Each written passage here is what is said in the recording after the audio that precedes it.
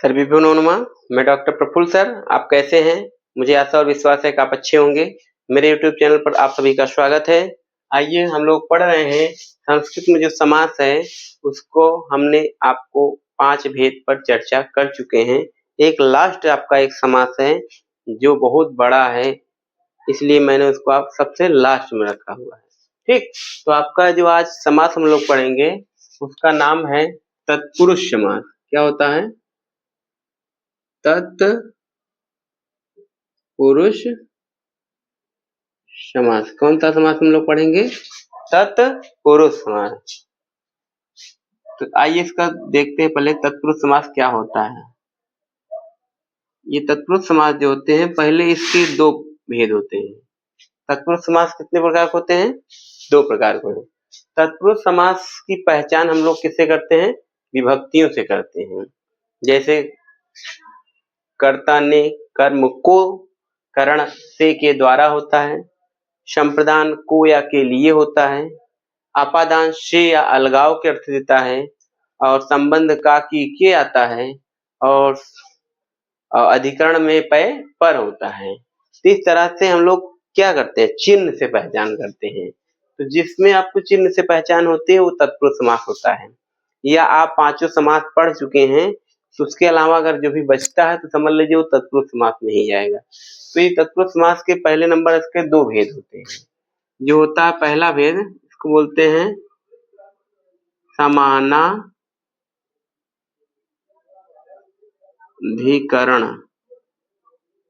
क्या हो जाएगा? समानाधिकरण तत्पुरुष समास। तत्पुरुष हो जाएगा। दूसरा हो जाएगा क्या आपका? व्यधिकरण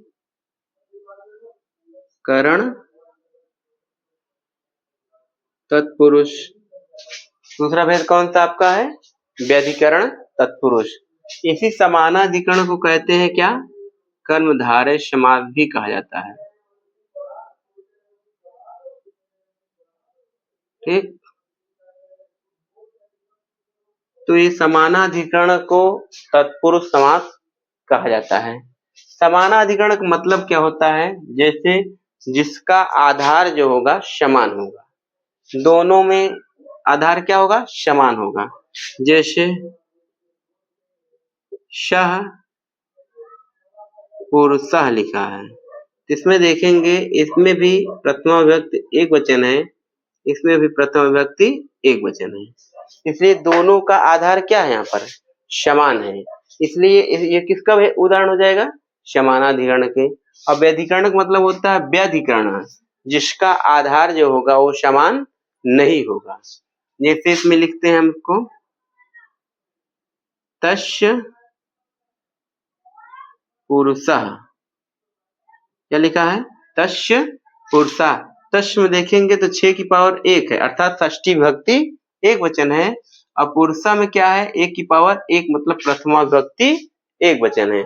यहाँ पर इसका आधार जो है समान नहीं है, इसका आधार क्या है? अलग अलग है, इसलिए हो जाएगा व्यधिकरण तत्पुरुष समास।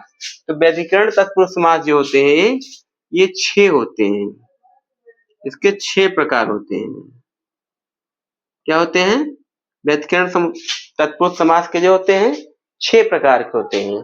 और जो ये होते हैं समानाधिकरण तत्पुरुष समास, अर्थात जिसको कहते हैं कर्मधारय समास, ये आपके कितने होते हैं? ये आपके होते हैं 5 प्रकार के।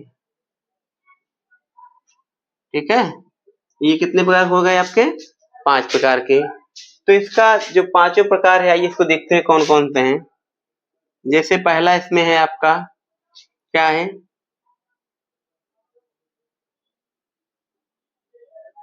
विशेषण पूर्व पद। विशेषण पूर्व पद कर्मधारय समास हो गया। ठीक, इसमें विशेषण पूर्व पद होता है। दूसरा क्या होता है? दूसरा होता है इसमें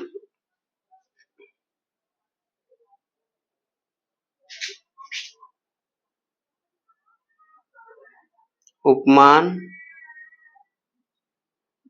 पूर्व पद कर्मधारय समास हो गया आपका, जिसमें उपमान आपके क्या होंगे, पूर्व में लगे होंगे, तो उपमान पूर्व पद कर्मधारय समास हो गया। तीसरा आपका भेद है उपमान उत्तर पद कर्मधारय समास हो गए आपके, ये तीसरा भेद हो गया इसका।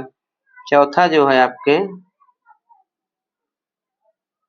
चौथा भेद आपका है उभय पद विशेषण कर्मधारय। चौथा आपका भेद क्या हो जाएगा, उभय पद विशेषण, जिसमें दोनों पद आपके क्या होते हैं, विशेषण होते हैं। एक पांचवा भी होता है जिसको बोलते हैं द्विगु समास। क्या होता है, द्विगु समास। ठीक, तो ये आपके जो होते हैं तत्पुरुष के, कुल मिला के जो आपके द्विगु समास होते हैं और कर्मधारय जो समास होता है और द्विगु समास होता है, ये आपके तत्पुरुष के भेद माने गए हैं। इसलिए कहीं कहीं आपके समास चार ही माने जाते हैं। पहला हो गया तत्पुरुष समास, ठीक, एक अव्ययी भाव समास हो गया, तत्पुरुष समास और अव्ययी भाव समास, और इसके बाद आता है द्वंद्व समास और बहुब्रीहि समास। मुख्य रूप से आपके ये चार समास टीजीटी में अधिकतर यही चार ही समास माने जाते हैं। और तत्पुरुष के ये भेद दो माने जाते हैं, कर्मधारय और द्विगु, ये तत्पुरुष के अंतर्गत आ जाते हैं। तो तत्पुरुष के आपके भेद हमने बताया कि समानाधिकरण और व्यधिकरण के भेद से दो प्रकार के होते हैं, एक समानाधिकरण हो गया, दूसरा व्यधिकरण हो गया। ऐसी समानाधिकरण को कर्मधारय समास कहा जाता है, ठीक। और कर्मधारय समास के अंतर्गत ही आपके जो कौन से होते हैं, द्विगु समास आता है। तो ये कर्मधारय के अंतर्गत आ गया, ये समास इसके अंतर्गत आता है, मतलब तत्पुरुष के अंतर्गत कर्मधारय आएगा और कर्मधारय के अंतर्गत आपके द्विगु समास आते हैं। तो ये आपके जो पांच भेद हैं, समझ लीजिए कर्मधारय समास के पांच भेद हो गए, ठीक। और जो आपके ये व्यधिकरण है, व्यधिकरण तत्पुरुष समास होते हैं, ये 6 प्रकार के होते हैं। तो 6 प्रकार के आपके कौन कौन से होते हैं, नंबर 1 जैसे हैं, यहाँ से स्टार्ट होगा, द्वितीया तत्पुरुष समास। कौन सा हो गया, द्वितीय तत्पुरुष समास। फिर आगे कौन सा होगा, तृतीय तत्पुरुष समास। फिर इसके बाद कौन सा है,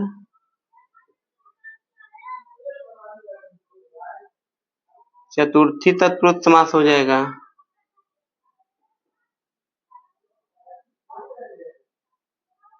पंचमी तत्पुरुष समास,